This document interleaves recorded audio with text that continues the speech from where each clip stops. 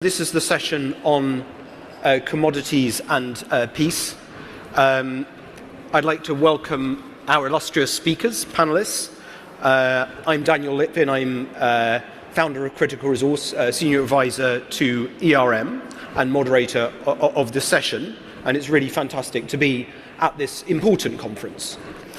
So the topic, just to give a brief overview, commodities and peace, or natural resources and peace. It may be one among several sessions at the moment at this conference, but to my mind there is a whole set of fascinating, huge and really complex questions underlying it, a lot to delve into. And just by way of my introductory thought, I think there are some very powerful historical echoes. Natural resources can be a foundation for peace. But for centuries, natural resources have been at the root of a whole host of conflicts and global tensions. You will see Cielo shortly.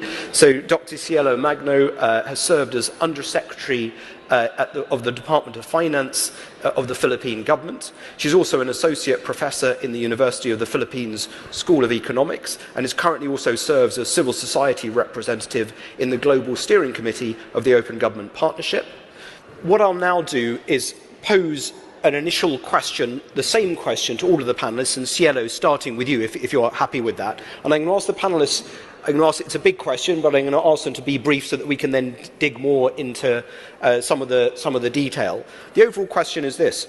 So as we've heard from Ivo, the energy transition means both likely soaring demand for critical minerals and declining demand, potentially rapidly declining demand, at least we hope, for fossil fuels. And so given all the risks of tension, of conflict, local, national and geopolitical, as a result of this massive process of change, what do our panelists think is needed? What are the key things needed to make the energy transition just and peaceful?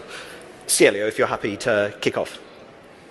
Thank you, Daniel. Maybe 3 points that I want to raise and put on the table on the aspect of conflict and the just transition. The first one is, I think it's very important to include in the conversation the impact or how the extraction of these minerals, especially in developing countries and emerging economies, how the extraction will aggravate the impact of climate change. So for example, in the case of the Philippines, we're second highest exporter of nickel, but we're also the most vulnerable country with respect to climate change. The conversation of extracting these minerals and affecting all our communities and how that will aggravate the effect of climate change has not been discussed. So I think it's very important.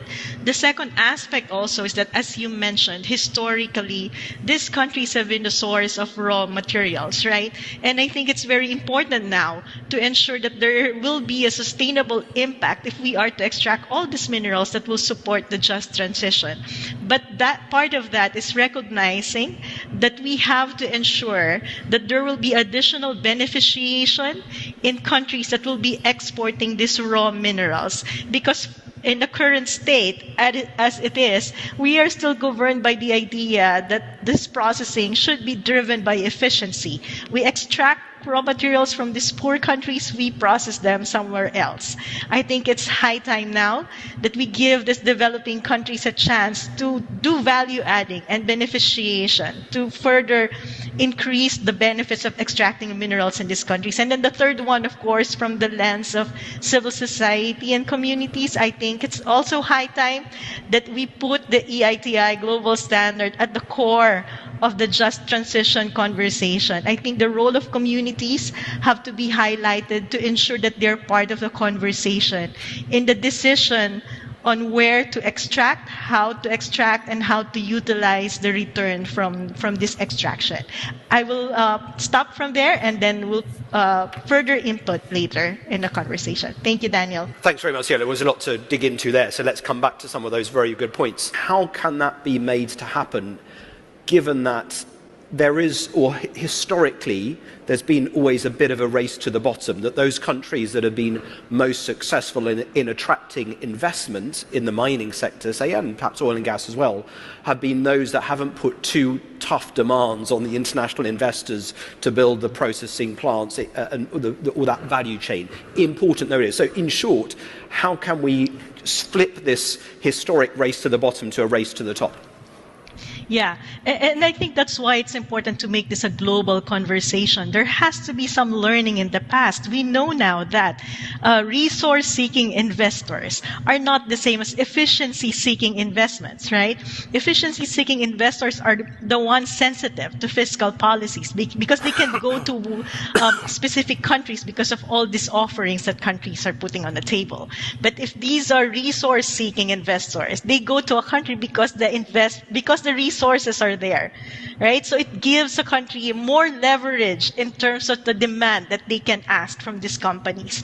And I think this has to be a global conversation and understanding among resource-rich countries that a certain standard has to be put in place in terms of what we mean by fair taxation, just share in the extractive sector. So this is not just about the 15% corporate income tax rate. This is about what effective tax rate should be.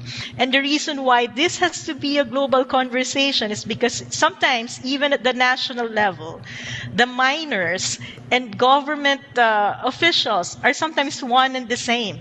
And the goal is always to maximize profit. Not recognizing and taking into consideration all the negative externalities and whether the government will get a just share. Because if you're from a private sector, your goal is to maximize profit, minimize the tax that you're paying government, right?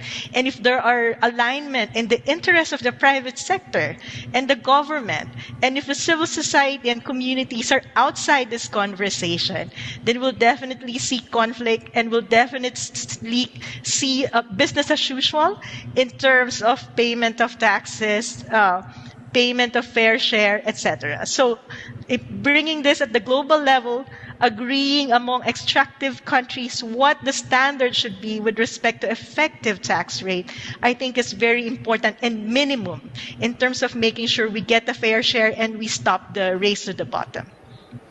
That's great, Cielo. And you mentioned, just perhaps one other question, you mentioned earlier on in your comments Indonesia. I think you mentioned that in the context of some of the, the negative externalities, the greenhouse gas emissions associated with, say, nickel production in Indonesia. But Indonesia has been quite successful, at least from the perspective of some people, in that value adding, that beneficiation piece. Right. Are there lessons to learn from Indonesia as well, do you think?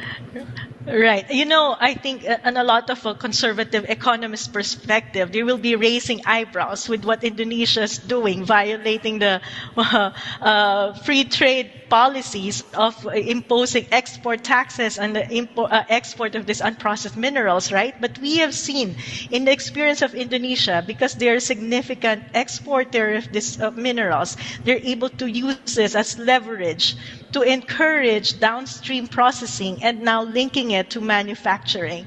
I think countries that are producers of this mineral, especially the unprocessed ones, should learn from the experience of Indonesia and take advantage of having this leverage to bargain some more and ensure that there will be processing and that manufacturing will happen in these countries, because otherwise we go back to what happened before.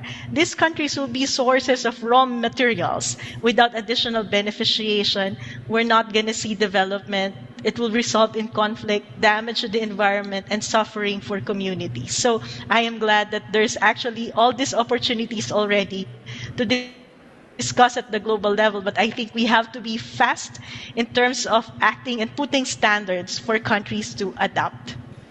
Thanks, Cielo. And as you say, I think a lot of this is around the global conversation and setting a level playing field. Cielo, this question of, and by the way, I think in everything, all of the panel members are saying there's so much more to dig into, but there's so little time. So let's move on to the next topic, which is this issue of China. The question specifically, I'm not sure, Cielo, whether you can see the specific question, but let me read it out to you. China seems to do better in accessing copper in Zambia and other commodities worldwide than Europe. and other OECD countries. How much is that a threat for the guiding principles democratic countries are committed to follow? And Cielo, the reason I wanted to ask you about this, in large part, you know China well, you're geographically much closer to China, so you'll have had a lot of experience of, I imagine, Chinese investors and so on. Just your take on this topic would be great. No, I agree that China has been very aggressive in terms of investing and capturing a majority share of the processed minerals in the country.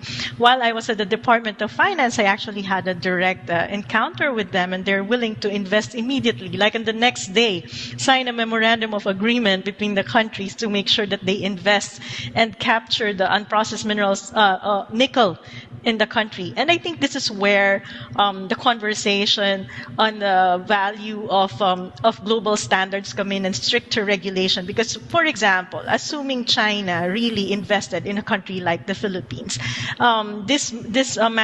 processing companies of China would still be catering to the same demands from Europe, from consumers, from manufacturing companies. So while maybe James is appreciating this stricter regulations, additional demand, and unintended consequence, I think it's very important to have this comprehensive regulation that will be adopted not just by some countries, but also by manufacturing and even Chinese companies, so that they will be forced to comply and keep a certain level of standard for social and environmental concerns, or even with respect to corruption and engaging the state. Because even if it's the Chinese companies processing this, they will be supplying to the same companies as Samsung, as IBM, as Apple. So if a standard in terms of the supply chain will be established from where it's extracted down to the consumer level, it will be very helpful in shaping policies that govern this extractive sector. The reality is, Australia, European countries might have more mature institutions and laws, but there's an opportunity here to actually influence and try to diffuse some of these policies in countries where institutions are less mature.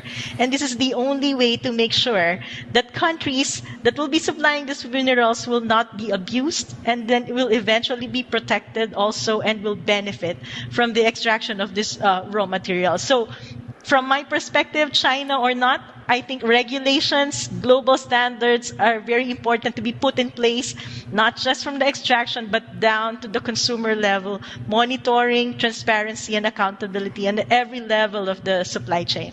And if I may, just a quick follow-up on that, Cielo, do you, because you quite rightly said that so far Chinese companies have been much more willing, or some of them have been more willing and quicker to build the beneficiation, the value add. The perception is that historically some of their social and environmental standards haven't been as tight. Is it possible to have both from China, both the speed and the appetite to invest in the value chain, and also much higher social and environmental standards, do you think? Yeah, I think that will be highly dependent on the domestic policy of the country where China will be investing. Because, for example, in the case of the Philippines, when we were discussing with them, they're willing to adopt green technology in terms of the energy that they're going to use and the processing. They're very open in terms of all the policies that they're going to implement. When they showed us the facilities that they have been managing in other countries. So I think it's very important. That's why global conversation is needed in terms of what are these policies that countries should be adopting. And I think I'm very lucky that the Philippines is a member of EITI. So we are aware of the certain standards. And that's why it is needed to be articulated so that governments will be aware and spaces created so that other stakeholders can be aware and can articulate this minimum demands to make sure that we benefit from the process. Thanks, Cielo. Thanks, Mark. Cielo or James? Cielo. Daniel? Yeah. Maybe a quick add-on to what they mentioned is that I think we should start investing towards circular economy. And we can only do that if we make the extraction of raw minerals more expensive than recycling. You know, the value of life, the value of destruction, environment, social cost, they all have to be reflected in the cost of minerals. And if we will continuously be governed by efficiency, efficiency, comparative advantage, and, overburdening of regulation, then we continue to minimize the actual cost of extracting raw minerals. So the only way to change the system is to disrupt it and make extraction of raw minerals more expensive than recycling. And that's when we actually will see real investment in the reusing of what has been extracted already.